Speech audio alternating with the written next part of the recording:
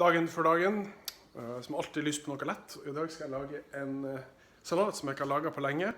En asiatisk... Kyllingsalat! Ja, det rakk du akkurat. I tillegg til konfitert kylling så skal jeg bruke reddikspirer, altså rucola, mango, søt, paprika, selleristang, så er det vårløk, avokado og så pynte paprika. Så skal jeg lage en liten sånn dynk med soja. Konfitert kylling er helt fantastisk. Den steker jeg først litt i ovnen. Så tar jeg kyllingen ut. Nå er han mør og fin, klar til neste steg.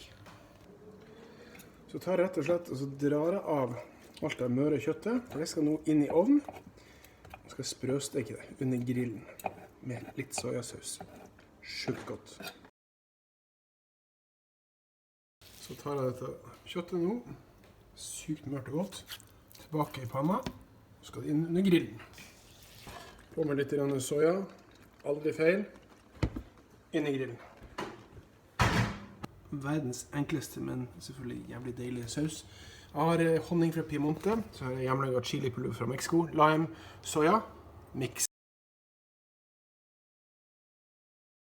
Dæven, se på dette. Det tar altså et kvarter under grillen, men da er det crispy som bare satan. Godt med salt og pepper. Og så er det bare å legge opp.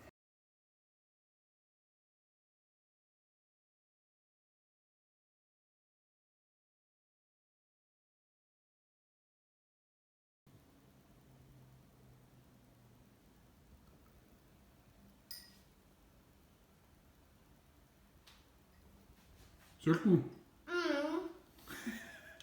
Den spiser. Den er perfekt å dele. Stort fat. Bra til 17. mai, for de som har lyst på det.